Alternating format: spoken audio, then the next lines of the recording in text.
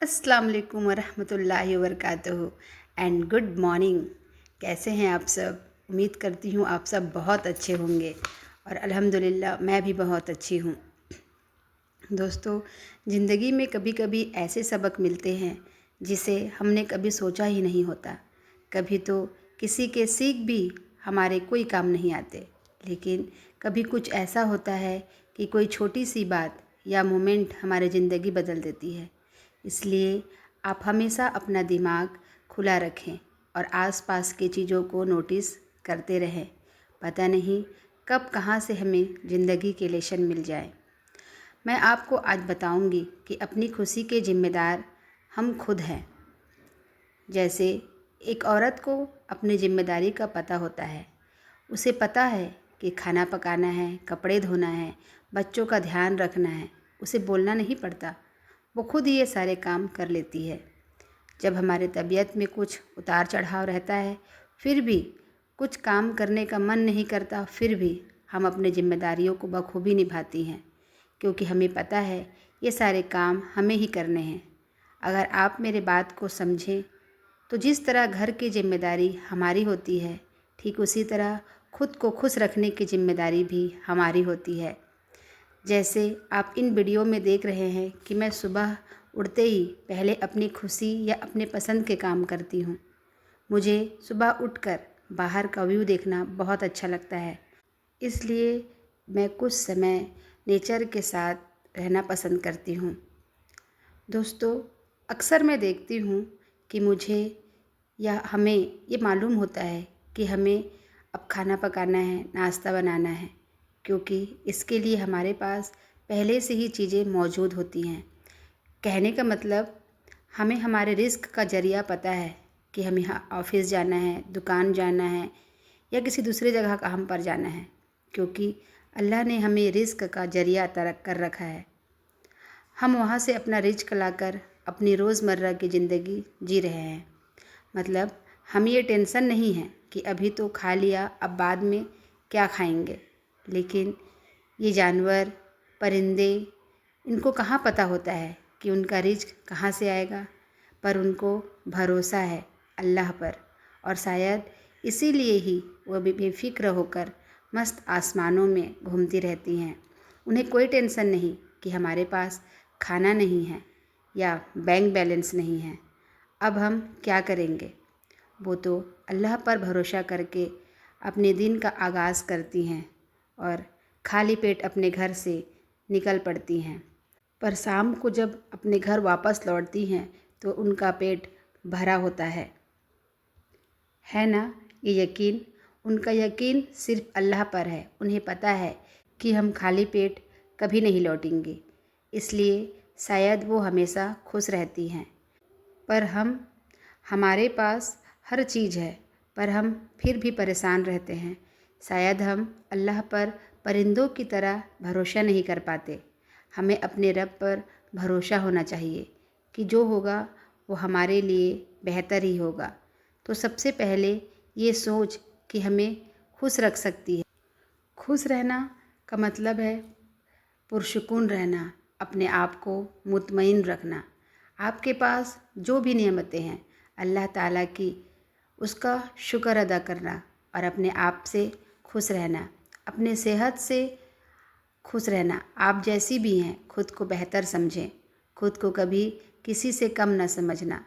हमेशा वो इंसान जो नाखुश होता है, मुतमईन नहीं होता, वही अपनी तुलना, कंपैरिजन दूसरों के साथ करता है। वो हमेशा ये सोचता है, उसको देखो उसके पास ये है पर मेरे पास नहीं, वो कितना सुंदर है पर मैं नहीं, मेरे रंग अच्छे नहीं, मेरा ये ठीक नहीं। बस उसके दिमाग में यही बात चलती रहती है।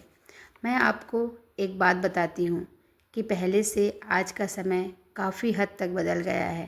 पहले अगर कोई दुखी होता तो पूरा परिवार दुखी हो जाता, सब लोग उसके हाल पूछते और जब तक उसका मूड सही न होता सब उसे खुश करने की कोशिश में लग जाते, उसे खुश करने का वजह ढूंढते। पर अब ऐसा नहीं है। अगर आप परेशान हैं तो लोग देखकर ये जानने की कोशिश नहीं करेंगे कि क्या हुआ, बल्कि वो तो ये कहेंगे कि कितना एटीट्यूड है। इसलिए अपने अंदर दुख को छिपाकर झूठी मुस्कान अपने चेहरे पर लाना ही पड़ता है। आपने देखा होगा कि हम अक्सर इन्हीं लोगों की वजह से ही परेशान होते हैं या दुखी होते हैं। जैसे कभी हमारा अपने शौहर की वजह से मूड ख़राब होता है, तो कभी ससुराल वालों की वजह से, तो कभी मायके की किसी बात से, या कभी बच्चों की किसी आदत की वजह से हम अक्सर दुखी हो जाते हैं। और जब हम दुखी होते हैं तो हम अपने अंदर जो नुकसान हो रहा है उसका ध्यान ही नहीं देते। आपको पता है, ज़्यादा दुखी या उदास रहने वाली ख़वातीन अक्सर डिप्रेशन, ओवर थिंकिंग या एंजाइटी की शिकार हो जाती हैं। तो खुद को बचाइए और अपने लिए एक दायरा बनाएं कि क्या चीज़ है जो आपका मूड ख़राब करती है। तो कोशिश करें कि आप उन चीज़ों से या उन लोगों से अपना एक दायरा इख्तियार रखें। खुद को टाइम दें। भले ही आप बहुत बिज़ी हों, लेकिन कम से कम 10 मिनट, दिन का 10 मिनट खुद के नाम करें। इस वक्त आप अपने पसंद के काम करें या अपने पसंद की डिश बनाकर खाएं। एक कप चाय या एक कप ग्रीन टी पी, या कोई अच्छी किताब ही पढ़ लें, या फिर बाहर सैर को निकल जाएं। कम से कम कुछ नहीं तो छत पर ही जाकर एक कप चाय एंजॉय कर सकती हैं। कुछ नई नई स्किल सीखें। हम अपनी बात लिख भी सकते हैं।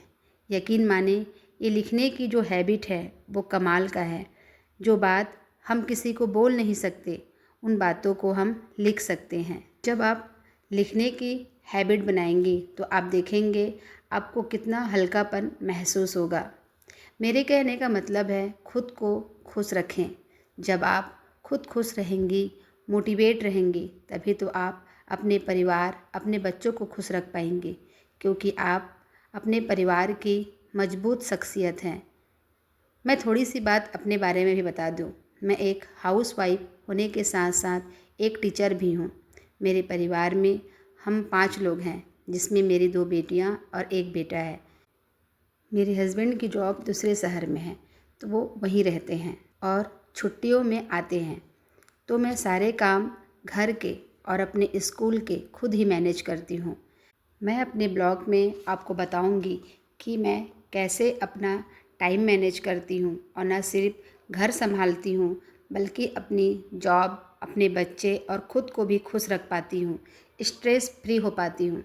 तो अगर आप थोड़ा से भी इंटरेस्टेड हैं मेरी लाइफ की चुनौतियों को मैं किस प्रकार हैंडल करती हूँ ये जानने के लिए, तो मेरे चैनल को प्लीज़ सब्सक्राइब करें। मेरी वीडियो ख़ास उन मेरी बहनों के लिए है जो हमेशा दुखी या टाइम मैनेजमेंट को लेकर परेशान रहती हैं। अपने ब्लॉग में मैं आपको एंजाइटी, डिप्रेशन, ओवर थिंकिंग से आप कैसे बाहर आ सकते हैं या कैसे बच सकते हैं ये बताऊंगी। तो आप मेरे चैनल को सब्सक्राइब करें, क्योंकि मेरी वीडियो आपके लिए बहुत ज़्यादा इन्फॉर्मेटिव होने वाली है। तो प्लीज़ मेरी वीडियो को अभी सब्सक्राइब करें। मिलते हैं अपनी यूज़फुल एंड इन्फॉर्मेटिव वीडियो के साथ। तब तक अपना ढेर सारा ख्याल रखिए, खुश रहिए, मस्त रहिए और अपनी दुआओं में मुझे भी याद रखिए। अल्लाह हाफिज़।